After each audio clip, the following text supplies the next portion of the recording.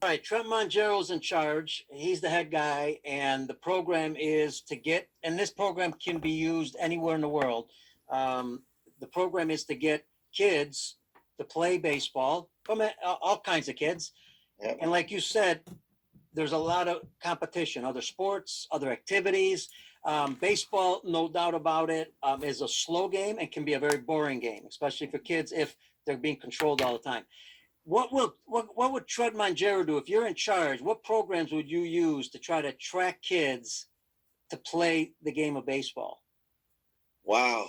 I throw Well, you a curveball, and folks already know on the show that there's no scripts, so we just ad lib, man. We just go for it. yeah, yeah. And I'll give you an idea. Hey, No, here, no, I'm I'll good. throw an idea at you. We'll bounce it this way. Okay. I'm not a fan of T-ball. I'm just, and I know there's T-ball USA. Why? And I'm not saying using a T. That's different. I'm not a fan of T-ball because of the fact that, hey, I've got high school and college kids that have trouble hitting the ball off a tee. It's not that easy, Right. But am I in favor of this kind of bat where it's so light, the barrel's so big? I'm 5 years old. I got a big ball.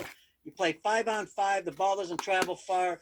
And I think it's a lot more fun, is I guess what I'm trying to say. So, Yeah. there in general, that's what I would change right away. And no offense to T-ball, because I know they got associations and we've been doing it for a long time. But just because we've been doing it for a long time doesn't mean it's good for the development of kids. Well, what you're hitting on to me is the essence of development, and the essence of development is success.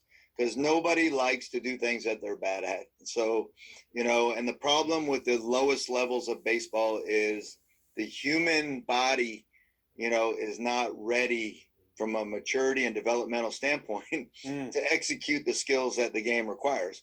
The fine motor eye-hand coordination that's required to play the game is not present in most 5 and 6 year olds. Okay, so so what you just mentioned to me is how we actually should be teaching our youngest players, and that is, what can we do to increase odds of success? You just put a big bat and a big ball, and you play on a small, and they'll have a blast, they'll love it, they'll have a lot of success, and therefore it's not a bunch of standing around. I mean, to me, that is the greatest obstacle. It's always been one, but it's more than ever because most people don't appreciate the inherent game of baseball that requires thinking and preparation and development and growth and all the different scenarios. I mean, it's hard. It's hard. It's much easier